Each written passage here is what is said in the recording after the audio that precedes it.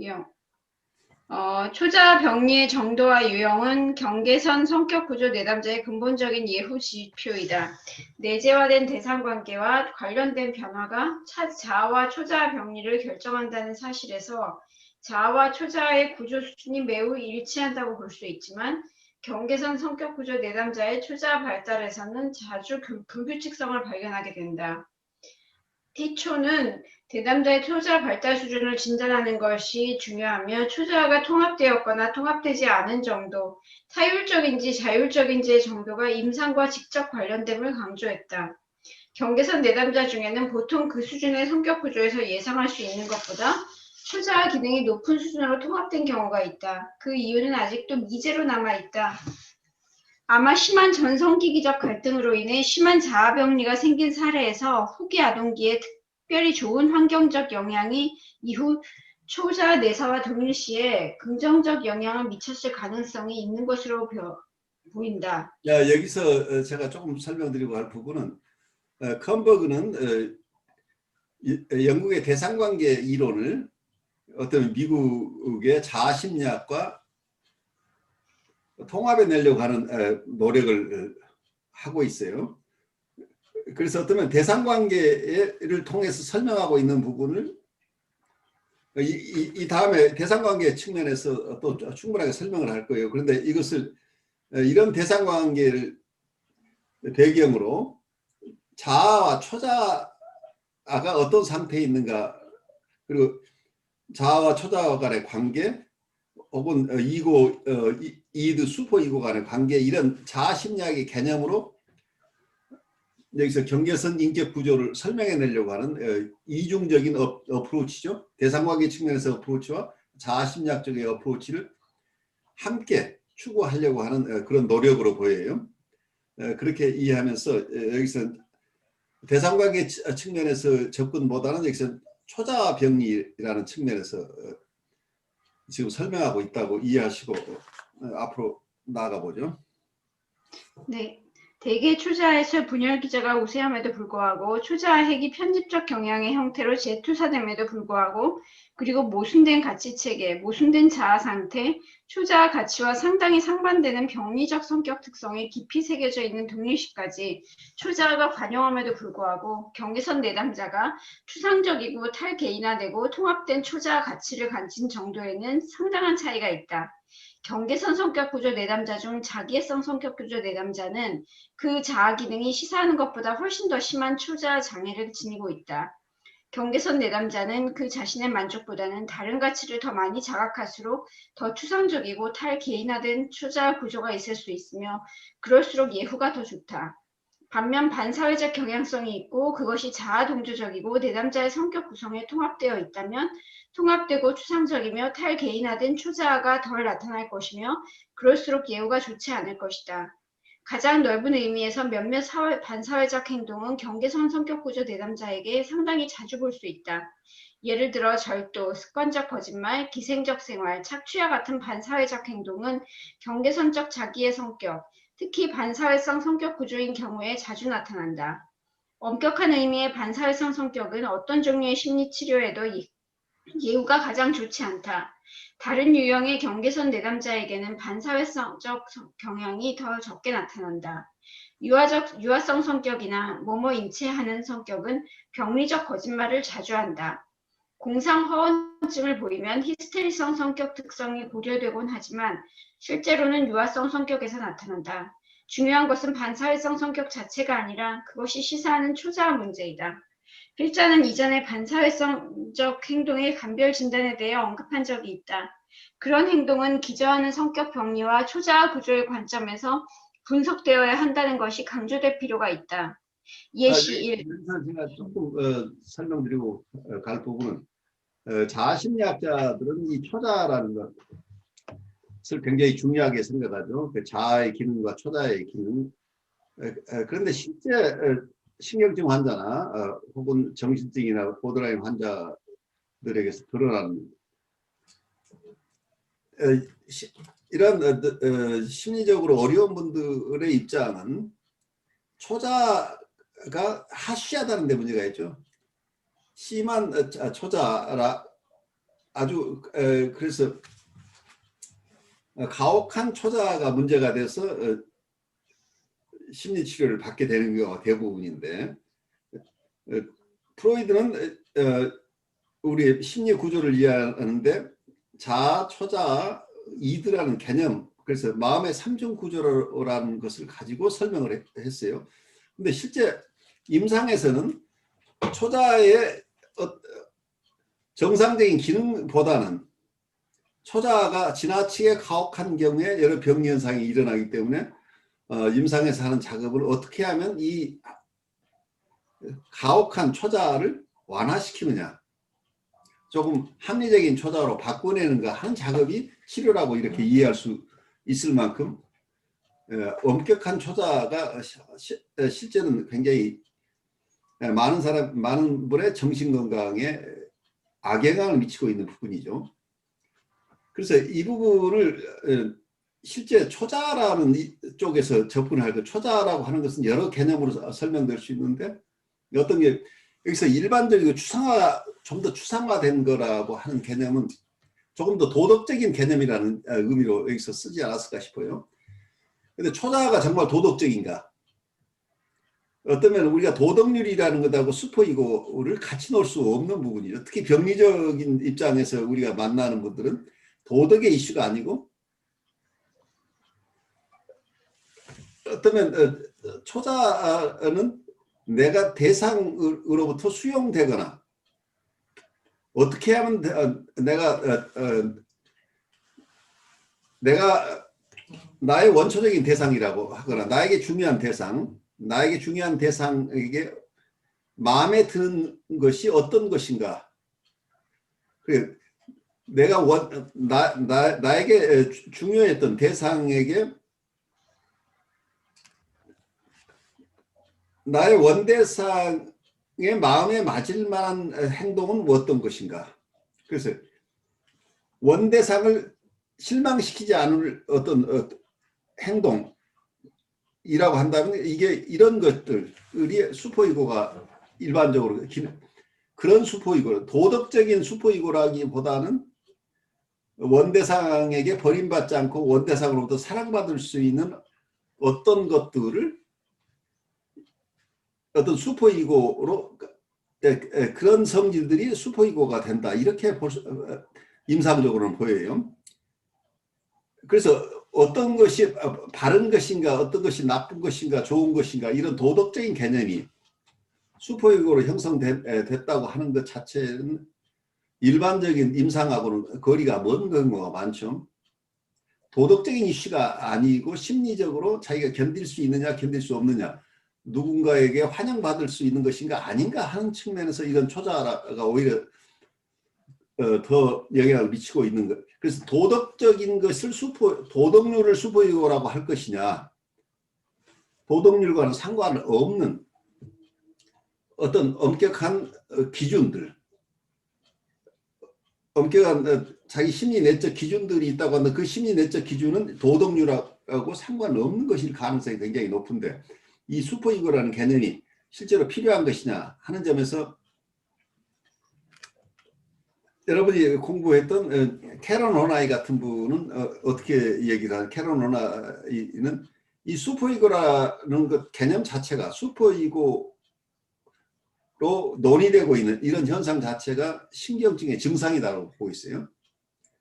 이걸 심리기구로 논할 것이 아니고, 슈퍼이고가 기능이 여기서는 슈퍼이고가 병리적이다 아니다, 어떤 슈퍼이고가 어느 정도 발달됐느냐, 이런 개념보다는 슈퍼이고 자체가 초자라고 하는 현상은 병리적인 증상이라고 보아서 이걸 심리기구로 이해하지는 않아요.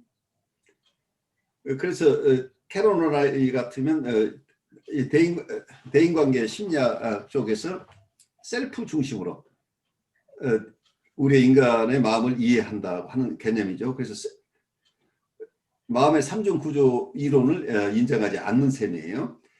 마찬가지로 이고 사이칼로지 중에, 첨단 이고 사이칼로지스트들 중에는 모던 컨플릭트 티어리, 현대 갈등 이론, 슈퍼이고이라고 하는 쪽에서도 우리 마음을 이고 슈퍼이고 이두로 나누는 것 자체가 임상에 큰 도움이 되지 않는다. 그래서 이 개념은 버려야 될 개념으로 이해하고 있는 학자들도 많다는, 임상가들도 많은 거죠. 그런 측면에서 도전받고 있는 개념이긴 하지만 여기서 컴버그는 이 자아심리학자들이 가지고 있는 개념을 통해서 임상을 이해하려고 지금 애를 쓰고 있어요. 그런 측면에서 이 개념들이 절대적인 개념은 아니지만 컴버그는 자아심리학자들이 이해하고 있는 슈퍼이고라는 개념을 중심으로 설명하고 있다. 이렇게 이해하고 예시를 보죠. 네. 예시 1. A씨는 치료자에게 자신의 재정 상태에 대해 계속 거짓말을 했는데 치료자가 자신을 착취하고 무자비하게 자신의 수입을 가져갈 수 있다는 강한 두려움 때문이었다. 이런 행동 때문에 치료자에게 만성적인 죄책감이 생겼고 A씨는 치료자가 친절하게 대한다고 느낄 때마다 불안해져서 거부하였다. 치료자를 오만하게 거부하는 태도를 주의 깊게 탐색하면서 내담자의 현실적 죄책감과 그런 죄책감에 대한 방어가 점차 드러났다. 결국 내담자는 무엇이든 치료자의 일관적이지 않은 징후를 발견할 경우 이를 특별하게 대우받지 못했다고 분노를 폭발하는 것을 정당화하는 데 이용하였다. 내담자는 그런 치료자라면 자신이 완전히 진실하지 않았던 것이 정당하다고 다시 자신을 안심시켰다. 반면 A씨는 보통 다른 사람과 거래할 때 돈 문제를 다룰 때는 꽤 정직했다. 그러나 내담자에게는 그의 아버지가 감질나게 했던 과거력이 있었다. 내담자의 아버지는 자신의 불안정감을 보상하기 위해 내담자의 재정적 요구를 이용했는데 내담자로 하여금 돈을 달라고 애원하게 만들었다. 내담자는 아버지를 조종해서 어떻게 돈을 투세 넣을지 배우게 되었고 때에 따라 거짓말을 하면서 이런 행동이 아버지에 대한 복수라고 생각하면서 자신의 죄책감을 완화시켰다. 이러한 전이 패러다임은 내담자가 치료자에 대한 자신의 행동에 대한 죄책감이 증가한 후에 표출할 수 있게 되었다. 그는 결국 고백을 하게 되었고 명백한 죄책감과 우울이 고조되었다.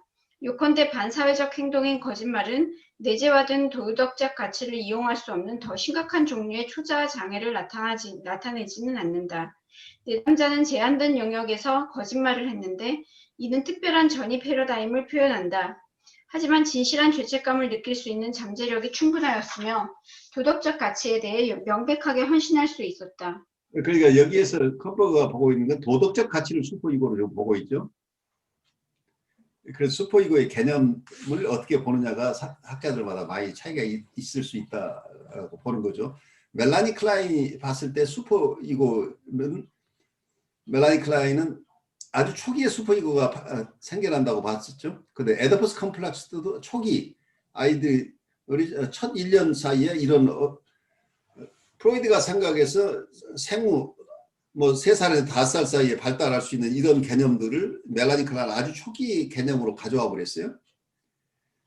슈퍼이고가 벌써 아주 생후 1년 안에 슈퍼이고가 생겨난다고 봤을 때 그 슈퍼이고라는 개념을 자아심리학들하고는 서로 워낙 차이가 나니까 프로이드의 개념하고, 그래서 이 슈퍼이고를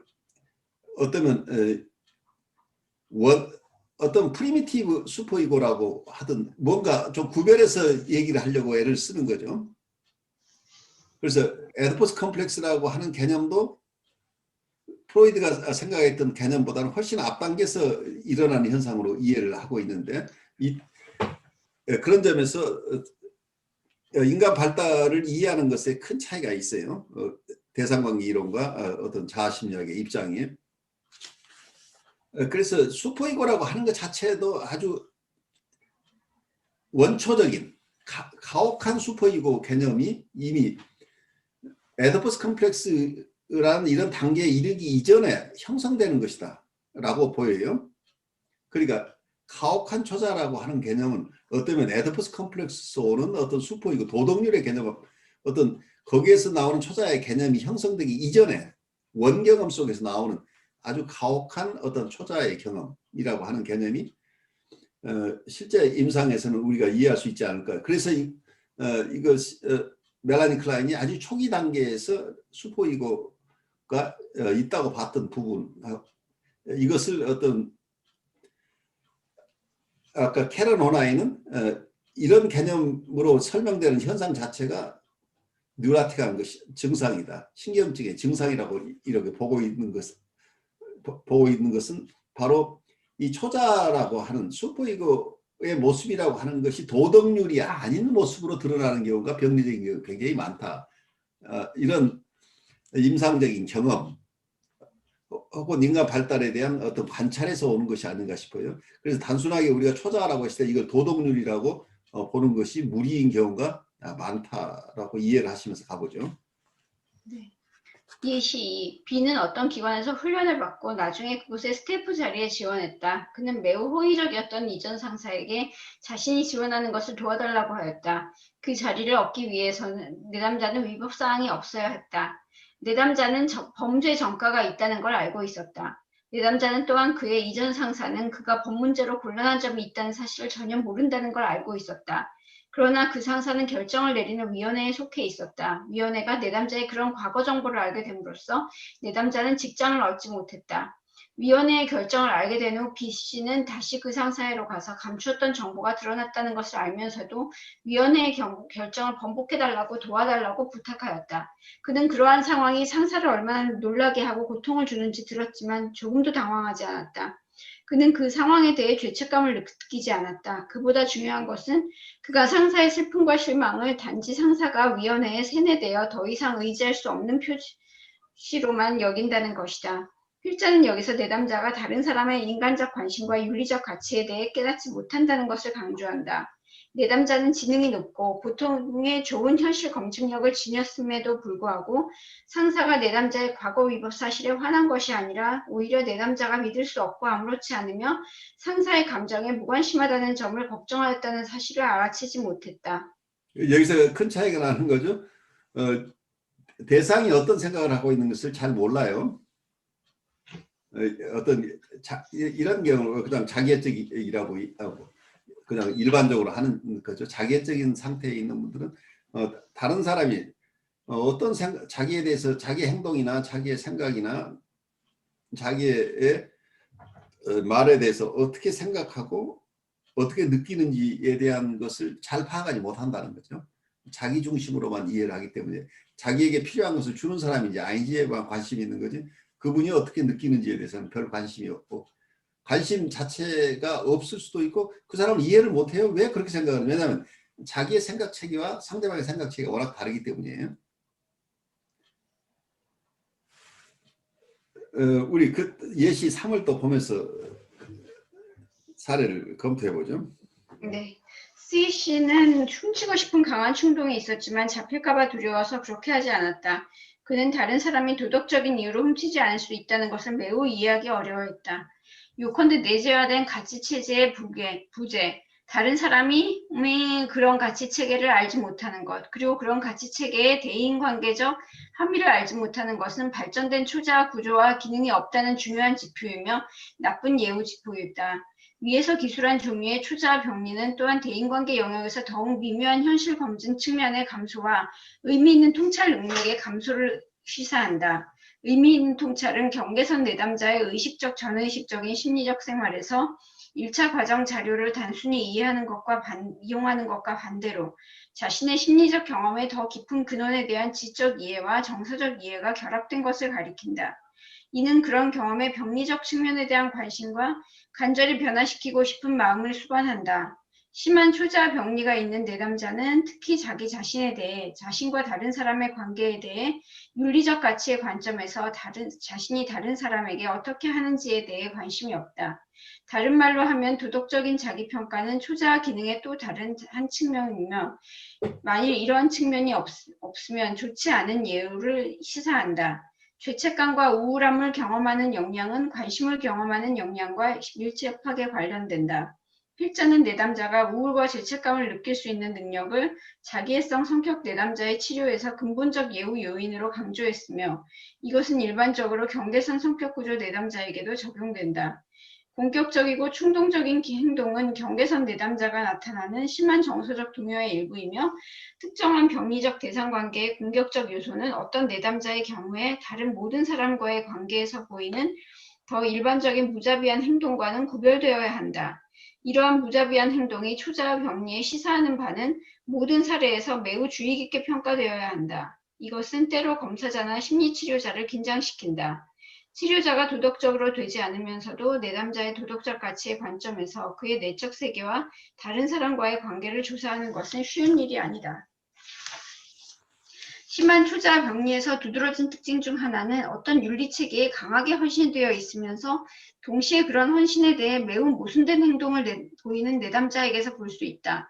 이러한 모순을 평가하고 내담자가 이를 염려나 죄책감 없이 관용하는 정도에 대해 주의 깊게 평가하는 것이 매우 중요하다. 예를 들어 한 내담자는 카톨릭 신부인데 만성적으로 난잡한 이성관계를 맺어왔다. 다른 내담자는 외과의로 만성적인 알코올 중독자였는데 수술이 취한 상태에서 수술을 하면서도 조수들이 이를 알아차리지 않을지에만 관심이 있었다. 여기서 우리가 조금 멈춰보죠. 이 사례들이 적절한지 어쩐지는 모르겠지만 윤리적인 감각이 약한 사람이 있는 것은 사실이죠. 도덕적으로 다른 사람 같으면은 굉장히 어떻게 내가 이런 일을 할 수 있어라고 하는데 서슴없이 그 일을 하면서도 다른 사람이 자기를 바라보지만 않는다면, 남의 눈에 띄지만 않는다면 얼마든지 할 수 있는 것이다라고 하는 측면이 있어요. 그러니까 누구에게나 일정 부분이 있는데 그 정도가 어느 정도인가 하죠. 자기가 그걸 자기 스스로에 대해서 관용하는 정도가 각각 다르겠죠. 그런데 이런 도덕적인 기준이라는 게 우리의 심리 구조의 건강성으로 이해할 것이냐, 도덕적인 또 다른 측면의 교육이나 이런 측면에서 함양되는 것이냐, 교육을 통해서 도덕성이 생겨나는 것이냐, 그게 종교교육이건 사회교육이건 이런 교육을 통해서 도덕성이 발달한다고 볼 것인지, 아니면 심리 구조로서 슈퍼이고라는 것에 의해서 우리 이 슈퍼이고라는 개념이 어떤 경우는 양심이라는 개념하고 연결시켜서 생각하는 경우가 많은데, 칸션스하고 슈퍼이고를 실제 기능을 다 잘 하는데 도덕성 부분에서 결여되어 있는 사람을 이걸 심리적인 문제로 다룰 것인가 도덕적인 문제로 다룰 것인가, 딜레마죠. 이런 분들 중에 심한 분들은 굉장히 도덕관념하고 상관없는 일반인들하고는 다른 어떤 개념 속에 있는 분들도 꽤 많아요. 근데 저는 이 초자를 무조건 나쁘게만 볼 수 없는 게, 초자가 없는 것도 문제잖아요. 심각한 너무 문제. 엄격한 것도 문제죠. 그러니까 그것을 초자라는 개념으로 우리가 만들어내는 네네. 게 적합하냐, 아니면 도덕률이라고 하는 딱 다른 개념으로 우리가 보아야 될 것이냐라고 이렇게 얘기가. 근데 예, 근데 저는 이제 어쨌든 현실에 가까운 초자상을 만들어야 된다. 뭐든 자기 명령을 따라야 돼. 자기 원하는 것을 이분의 부모 원상이 내가 얘기하면 무조건 들어야 돼.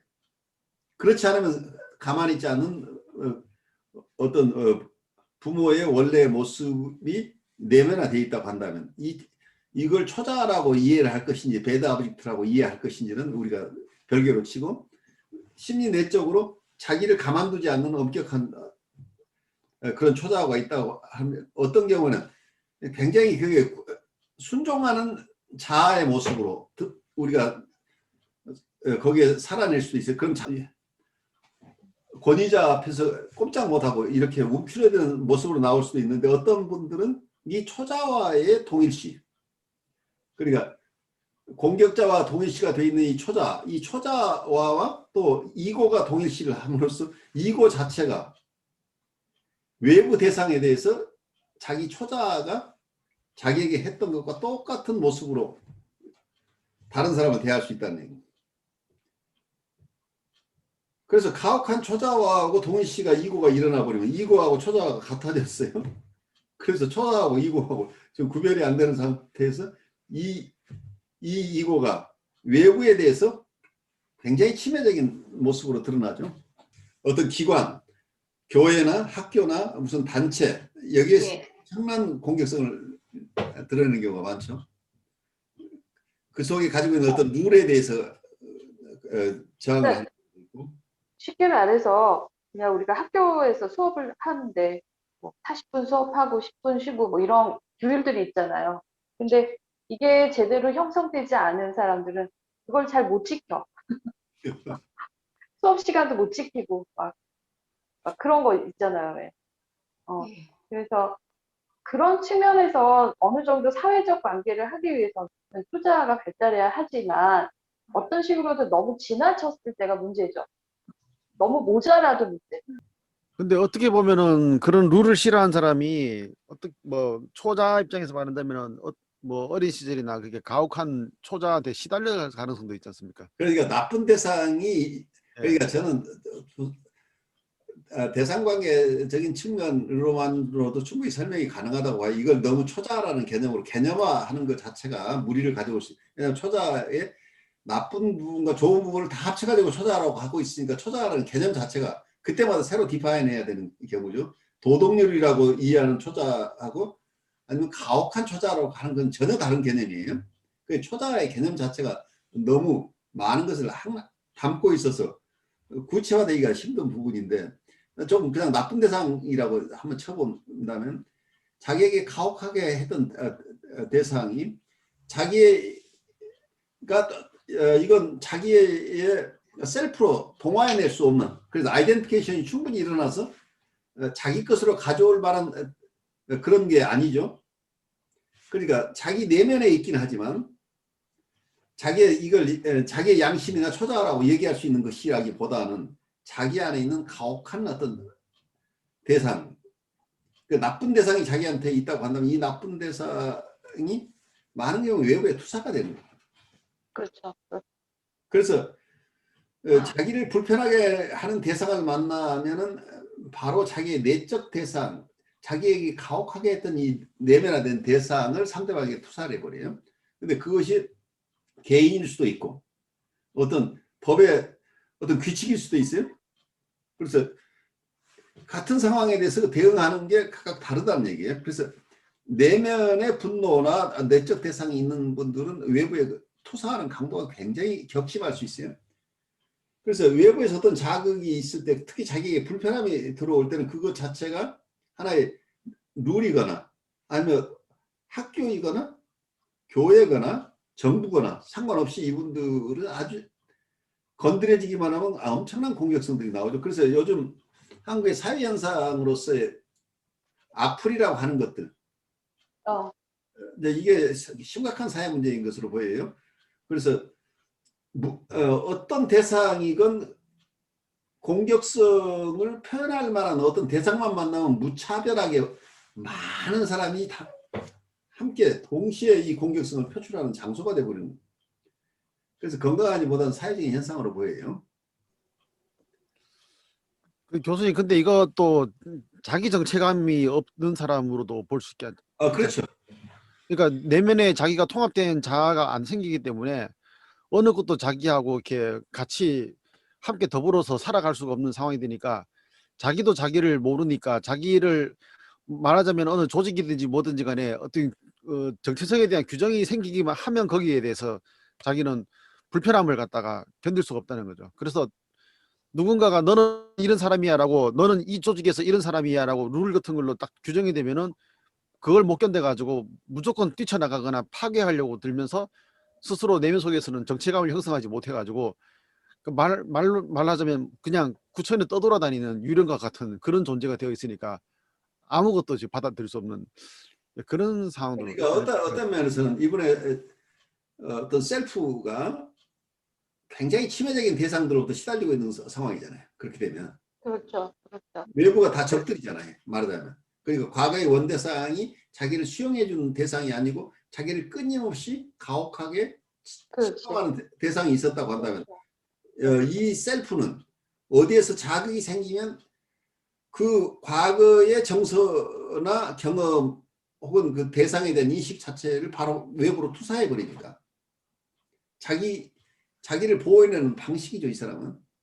자기 그걸 수용한다고 하는 게 자기가 완전히 침해당해서 트라우마틱한 경험들을 이 사람이 수없이 했을 가능성이 있잖아요. 그래서 그런 과거의 트라우마가 자기는 더 경험하고 싶지 않아서 계속해서 새로운 어떤 관계나 새로운 대상하고 관계에서 과거의 자기의 방어 행위를 반복하고 있다고 보이죠. 그만큼 예. 이게 허약하다는 얘기죠. 그 대상과의 관계에서 그 대상을 있는 그대로 수용하지 못하고 과거의 원대상이 아님에도 불구하고 과거의 원대상하고 관계에서 경험했던 것들을 계속 투사해서 실제 대상하고 아무 상관이 없는 일들이 계속 일어나 버릴 가능성이 있죠. 실제 자기를 잘 수용해주고 자기에게 좋은 선의를 가진 대상을 만나더라도 자기가 가진 임프레션이 전이 현상으로 일어나 버린다고, 투사가 일어나 버린다고 한다면 이분은 자기를 할 수 있는 사람을 만나기가 굉장히 어려워지는 거죠. 그래서 이분들이 계속해서 배척받아요. 왜냐하면 자기가 배척받을 수밖에 없는 그런 관계를 계속 만들어내는 거죠. 맞아. 어떤 대상의 이미지 자체가 분열되어 있다고 하는 거죠. 좋은 대상과 나쁜 대상, 그리고 자기 셀프 자체도 좋은 셀프와 나쁜 셀프가 분열되어 있어서 이 분열된 우리가 순열 조합에서 보듯이 이게 복잡하죠. 어느 쪽과 어느 쪽에 매칭이 될지 모르는 거죠. 그래서 복잡해요. 그래서 어떤 관계도 스테이블한 관계가 일어나지 않는다. 너무 와닿네. 어디로 튈지를 모르죠. 아침에 활짝 웃었는데 오후에 어떻게 될지 전혀 알 수 없어요. 참 이게 저는 교수님 얘기 들으면서 요새 그 내담자들이 하는 저 사람이 나를 이렇게 생각할지도 몰라서 저 사람이 이렇게 생각할까봐 두려워서 이런 표현들을 많이 해요. 그렇죠. 네. 근데 가만히 듣다 보면 그게 결국 자기 투사인 거예요. 자기 투사죠. 자기가 그렇게 생각하는 네.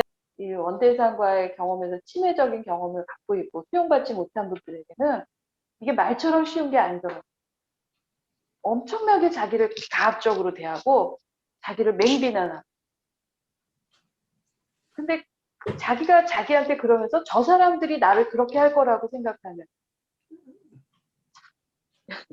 그게 자기 안에 이 정서를 자기가 담고 있을 수가 너무 아프니까. 그렇죠. 그래서 방어라고 하는 것은 결국은 자기가 자기를 속이는 거예요. 무의식 방어 작용의 대부분은 무의식적인 작용이라는 걸 이해를 하셔야 돼요. 그걸 이해하지 못하면 우리가 내담자들을 우리가 공감할 수가 없어요. 이분들이 일부러 의식적으로 방해하는 것이 아니에요. 그런 특수한 경우도 있지만 대부분은 무의식이 방어를 한다는 거예요. 자기 스스로가 이 통찰을 가져오는 것은 너무 아프기 때문에 자기 스스로 무의식이 차단해 버리는 거예요. 내 의식이 알기 전에 무의식에서 정리가 끝나는 거죠. 그래서 자기는 양심적으로 거리낄 게 하나도 없어요. 한 번도 그런 생각이나 그런 느낌 안 가졌다고 이분들은 얘기할 수 있어요. 왜냐하면 무의식적인 처리가 일어나고 있기 때문에. 무의식적이죠, 정말. 맞아. 방어가 무의식이라는 것을 우리가 철저히 이해하지 않으면 이분들을 우리가 공감해낼 수 없다는 거죠. 근데 이제 뭐 임상적으로는 이 선생님도 뭐 다 느끼고 계시겠지만 보면 무의식적일수록 모호하고 설명하지 못하고 구체화되지 않고 그냥이라고 얘기하고 그렇죠. 뭔가 무한 일어난 반복되고 뭔가 된 거죠. 자기가 일부러 그런 게 아니잖아요. 예. 자동으로 되고 그냥 자동적으로 돼요. 자동. 반복이라는 게 자동이라는 얘기예요. 그게 미케니컬하게 돌아가는 거죠. 그러니까 자기의 의지가 개입이 안 되죠. 자기의 의식, 컨셔스니스가 개입이 안 돼 버리는 거죠. 자기가 생각에 있어서 어떤 것들이 일어나는 게 아니라는 얘기예요. 그런데 결국에는 이제 다른 사람이 보면 어때요? 의도적으로 그런 것 같아 궤심화되는 거죠. 어쩌면 그래서 그 반복을 통찰해내고 내가 이게 왜 이럴까 하고 이게 이제 이 동질적인 게서 이질적인 쪽으로 나아가고 이 과정이 조금 되면 좀 나아지죠. 그러니까 결국에 그게 그 악순환을 인도 사람들이 카르마라고 한 거죠. 업이라고 하는 거죠. 이 업이 해소될 때까지 계속 반복한다는 얘기예요. 그러니까 이분들 스케일이 크게 이번 생에 안 되면 다음 생, 그래서 윤회를 수없이 거듭한다는 얘기가 여기 이 반복이 너무도 끈질겨서 이 한 세상에서 이 업을 끊어내지 못하면 그 다음 또 태어나서 똑같은 작업을 계속 반복해야 된다는 얘기를 하고 있죠. 심한 초자아 병리를 가진 개인은 이런 기능이 크게 결여되어 있다. 어떤 경계선 내담자는 가혹한 초자아를 가지고 있고 상당히 편집적이고 다른 사람의 반응에 비현실적으로 과민하지만 자신의 기능에 대해 불확실한 것이 더 적절할 때도 종종 민감성과 자기 비판이 전혀 없다는 것을 보여준다. 예를 들어 일에서 자신의 실패를 우호적인 방식으로 지적받았을 때 그런 것을 보여준다. 이것은 마치 보통 사람에게는 신호 죄책감을 일으킬 수 있는 사소하고 미묘한 환경 자극이 이런 내담자에게 영향을 미치기에는 충분치 않은 것 같아. 오히려 심한 비난과 같은 강한 환경적 압력만이 이런 압력에 대해 광하고 편집적인 왜곡을 일으킬 수 있다. 이러한 내담자는 보통의 융통성 있는 반응 대신 흑백 논리적 초자아 반응으로 반응할 것이다. 상사가 예상치 않게 불렀던 예에서 이런 내담자는 상사의 우호적인 암시를 주목하지 못할 것이다. 그들은 좀 더 강하게 비난받아야만 반응하지만 이를 잔인하게 공격받았거나 피해를 입었다고 느낀다. 정상적인 이분들은 어때요? 굉장히 경우에 따라서는 민감성이나 자기 비판이 없는 경우가 많다는 얘기죠. 그래서 누군가가 얘기를 해도 말귀를 안 탄다는 얘기를 우리가 하죠. 우리 아이들에게도 이 아이는 왜 말귀를 못 알아듣지? 그러니까 무슨 얘기를 해도 그것을 민감하게 받아들이거나 자기가 뭔가 조금 잘못되면 보면 자기가 자기 스스로의 자기를 성찰하는 능력, 자기의 비판적인 자기 비판의 능력이 없다는, 성찰의 능력이 없다는 얘기죠.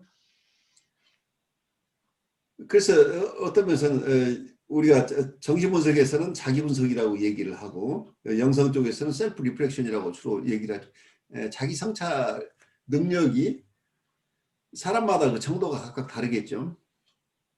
어떤 사람은 민감하게 자기 성찰을 해낼 수 있지만 어떤 사람 그래서 어떤데 그게 왜 다른 사람은 그 정도 하면 굉장히 부끄러울 텐데 이 사람은 전혀 부끄러움이 없는 경우도 있는 거죠. 그게 왜 어쨌다는 거야? 그럴 수 있지 뭐 라고 이렇게 가면 할 얘기가 없죠. 주위 사람들이.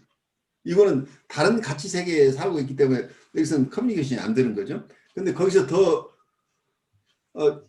이분들은 그래서 웬만하게 암시적인 얘기를 해봐야 못 알아들어요. 그냥 아무 일이 안 일어나요. 그러면 이거 강하게 얘기를 하게 되겠죠.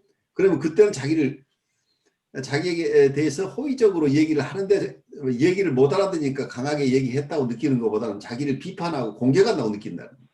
정신증이나 경계선적 인격 구조 하에 있는 분들은 자기를 위해서 이렇게 잘 설명해 주는 것을 자기를 위해서 설명하고 자기를 보살핀다는 느낌보다는 자기를 무시하고 공격한다고 느낀다. 그래서 해석적인 접근이 많은 경우에 실패할 수밖에 없다는 얘기예요. 이분들도 경우에 따라서는 해석적인 접근을 통해 도움을 받긴 하지만 상당한 준비를 거치지 않고 바로 해석적인 접근 혹은 설명적인 접근에 들어갔을 때는 우리가 100점 100패 한다는 얘기 대부분. 그래서 임상적으로 우리가 이분들의 마음 상태를 이해하는 게 굉장히 중요하죠.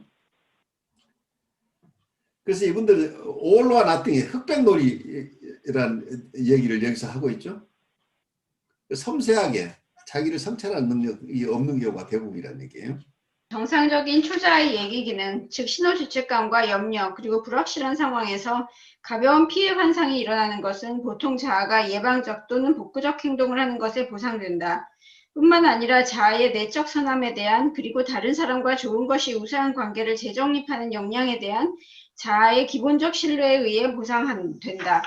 초자아 압력을 보상하는 이러한 정상적인 자아 기능은 원시적 해리기제, 투사, 전능, 부인을 재가동시키려는 경계선 내담자의 병리적 요구와 뚜렷하게 대비된다. 경계선 내담자의 자아 정체성은 혼미하고 초자아는 총합되어 있지 않고 타율적이다. T총은 초자아 내에서 선택적인 동일시가 이루어지기 위해서는 자아의 통합된 자기 개념이 존재해야 한다고 하였다. 필자는 자기 개념의 어느 정도의 안정성은 높은 수준의 초자아 기능이 발달하는데 선행 조건이며 특히 좀 더 현실적으로 지각된 부모의 요구와 금지 측면을 내재화하는 데 선행 조건이다.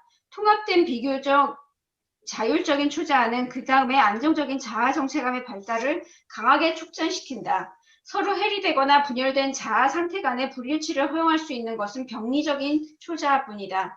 따라서 자기 개념의 통합을 맞는 자아의 과도한 분열 과정과 초자아 내의 통합 결연은 서로 강화한다.